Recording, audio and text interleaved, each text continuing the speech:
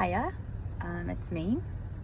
I just have been a little lax in being public about this information that I'm going to share. It's not earth-shattering or anything. I'm trying to get out of the habit of saying it's no big deal, because it's not a big deal. Really, in terms of in the scheme of life, it's manageable and it is under control. And what I'm choosing to what we're saying now instead is that we're keeping this in perspective, and we trust that God's purposes are going to be fulfilled. But we've been trying really hard to get to as many people personally as we can with this information that's about 3 or 4 weeks new now, as we can. But life is just busy, and this has just made things all the busier. And so please forgive us if you are among those that should, really all of you, if you're friends and, you know that we count you as dear to our hearts. And so really every one of you we would love to have been able to share this information with personally. But anyway, gosh, I'm like way overselling this. See what I mean? So anyway, I was diagnosed several weeks ago with breast cancer. Thankfully we caught it really early. It's microinvasive ductal carcinoma. And with that, I just was going for my routine mammograms. I often get called back to go back, as many of us do. So, right, no big deal. That happens, right? A lot of us have to do that. I didn't even really make a big deal of having to go back for a biopsy, because again, right, how many of us have to do that? And so went back for that, really kind of blew that off. The radiologist was trying to kind of talk me into taking that a little more seriously. I was like, dude, it's just more calcifications. It's like the same thing we've had before. And he's like, meh. And I was like, no, really, it's nothing. And he's like, meh, like a 50-50 chance, Cathie. And I was like, meh, back at him. So obviously he knew what he was looking at. He said they weren't there last year. They're in a line. It's about a 4-centimeter span from the front to the back. There are 3 spots. We're going to biopsy the front and the back and see what we have. And so that way, if, one or the other is not, then maybe the middle's not. But if they both are, et cetera, et cetera. So I went for a biopsy the following week, and got the results the weekend of Memorial Day, and found out that it was cancer. They wanted to do an MRI, but we went ahead and met with the oncological surgeon. Neat guy, believer. Many of our friends and family here in Charlotte recommended him, knew of him. He happens to be the medical director of Navant Cancer's medical Cancer Institute. So that's really, really cool. So neat guy, loves the Lord. So in our first session with him, he kind of blew us away a little bit, because at first, we thought, oh, this will be like an outpatient kind of situation, right? A lumpectomy. And I kind of kept saying that, right? Like lumpectomy. I had done my research. As many of you know about me, I'm, first of all, a pretty active healthcare advocate. I've walked a lot of things with a lot of people over the years. And I also, of course, work with healthcare professionals for a living. And so between those two things, I'm not afraid to do research. And I'm not talking WebMD, right? Like I know how to go find research journals and kind of look into things. So I knew a lot about this particular cancer. I knew, the history of the cancer, how they had overtreated it in the early 90s, and then kind of, come back a little bit from that in the mid 2000s. And then now we were kind of full circle with some of that. And so I knew what to expect, what not to expect, what I wanted to do, what I didn't want to do, that kind of thing. What I wasn't expecting, or what we weren't expecting, was for the doctor to say, hey, if you're a candidate for a lumpectomy, and that was if that middle segment was not cancerous, which again, I knew intellectually from the conversation with the radiologist that it probably was. In fact, I was telling my surgeon that, because, I had the conversation with the radiologist, prior. He was, of course, slow rolling it and saying, well, we'll see what the biopsy says, that kind of thing. And it's fine, Cathie. Well, we'll start, of course, biopsy. That's a great, we'll hold off, right? We'll see what the biopsy says. We'll plan on a lumpectomy. That's a great first step. So anyway, he was trying to help me embrace that, but then very quickly, turned the page. in the little brochure and was talking mastectomy, and we were like, what? And so we had a plastics consult pretty quickly. In fact, he wanted me to have that consult right away, actually, before we even had the MRI done. And I knew enough to know, because I've watched several friends go through this. I knew even what tissue expanders looked like. I knew the misery of mastectomy. I knew the misery of tissue expanders and even implant surgery. And I knew that I wanted to do, if I was going to do reconstruction, which I knew myself well enough to know that, I knew that I would want to do something called deep flap, which is using your own tissue. And sadly, guys, the other thing that I've learned, and I really think that part of what God may be doing in all of this is inviting me to this conversation to be an advocate for that particular procedure, because the other thing that I found is happening is that currently there is legislation pending. They're trying to move legislation, because right now there is coding. There are coding changes that are coming down the pike to make this particular procedure inaccessible to women, because insurance will no longer pay for it. And so that's a whole nother can of worms. But I'm going to be like a bulldog about that, right? So thankfully, that's not the case right now. So, but I did a lot of research. But there's one surgeon in our healthcare network that provides that particular procedure. It's a very complicated microvascular surgery. So a lot of plastics guys don't like to be bothered with it. Let me be clear about that. But it is better for us as women if you're eligible for it. And some women, it's the only surgery they can do for a reconstruction, because they've had really extensive radiation and really extensive cancer, where they've had to really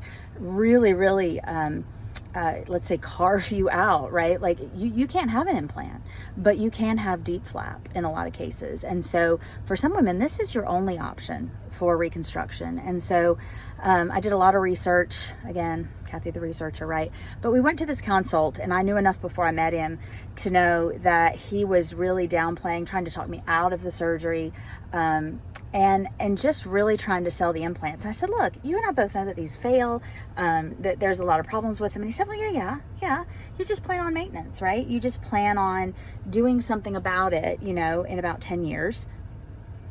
I plan on what? And he said, that's if, there's a chance that something could go wrong sooner than that, right? You could have scar tissue, they could move.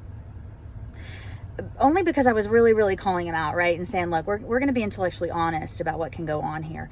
But he said, yeah, you just plan on fixing them every so often. And I mean, I'm not old, but I'm not young. I'm middle-aged. Hello, right? I'm 48. So let's do the math on that. If Jesus tarries, right, that could be a series more of surgeries. And I knew what expanders meant, again, because then you're going to have these tissue expanders, which, if you don't know what that is, law sakes, I've watched people do that, and that's not fun either. So anyway, so I knew right away, Dave and I both knew that he was not going to be the guy that was going to do that. But sadly, as it turns out, there's not really anybody, even else in Charlotte, really. There's one other surgeon, but he's in another hospital system. Another thing we really need to fix, and I'm willing to advocate for, is fixing the system that says that our doctors don't have rights to go to different hospitals. So if I were to go with that other surgeon in town, I couldn't stick with my same oncologist, and that's a big problem too, right? So anyway, I'm learning that other systems have had patient advocate groups who have fought that and gotten hospitals to play nice with one another. So again, just kind of looking at, right, what God's purposes could be, and maybe what God could be calling me to kind of help with. But anyway, because the advantage of where I'm at, right, is that if I proceed, and we've had some more tests done, if I proceed with a double mastectomy at this point, and I cut the girls off, I'm not going to have any further treatment. I mean, we will check a sentinel lymph node, but the chances statistically of my cancer being in one of those lymph nodes, or it being far enough along in the lymph node to require any other treatment, is pretty small.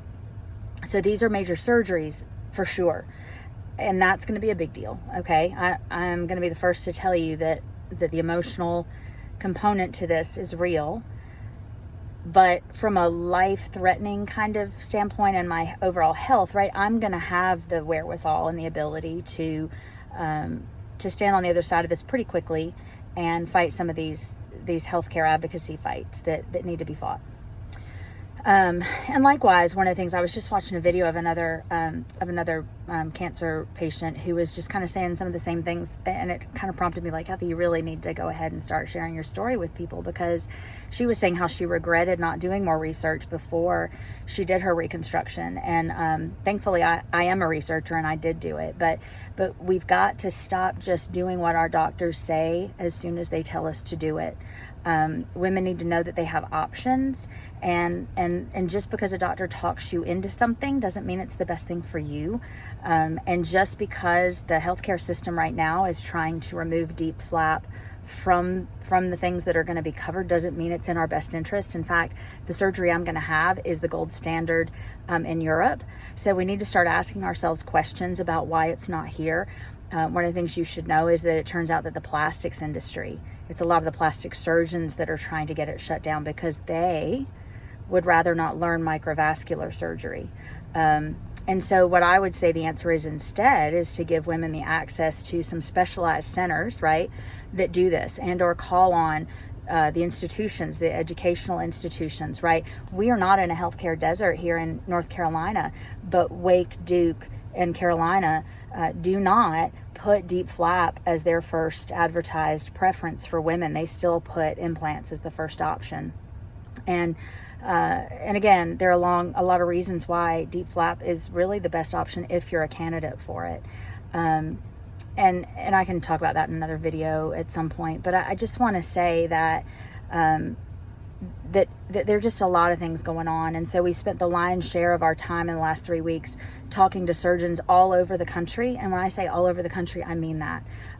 South Carolina, Atlanta, we've talked to Emory University, we've talked to people in New Orleans and in San Antonio, Texas. And thankfully, Dr. Turk here has been checking in on us and being like, hey, any way I can be of help, right? I mean, he is still right there with us, even though he knows he's not going to be able to be in the operating room with me. And so anyway, just know that we are moving fast and furiously towards a double mastectomy. We have felt the Lord very much orchestrating our steps and giving us confirmation. We've been hearing the word wisdom. And I am hearing him over and over again just remind me that he takes care of me. He takes care of me. And he takes care of you. He is our provider, our provision.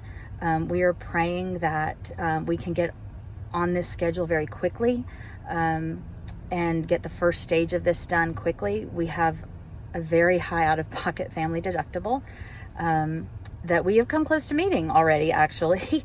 Part of that's because our pharmacy also is, we have to pay out of pocket crazily. And so, but what we need is for all of this to be finished before the end of the year, because there's a first phase and a second phase. And so we're just trusting the Lord with that, right? That his timing is perfect. And I don't put that out there to say that anybody, needs to start a give, send, go or anything for us. I'm not saying that. What I'm saying is that we're trusting the Lord for our provision, right? And obviously there are going to be travel expenses, and some of you might say, well, Cathie, you could just do this in North Carolina and just make do and all those things, because the same kind of care would be available here, yes, but it would not be the same. And again, we'll talk about that in another video.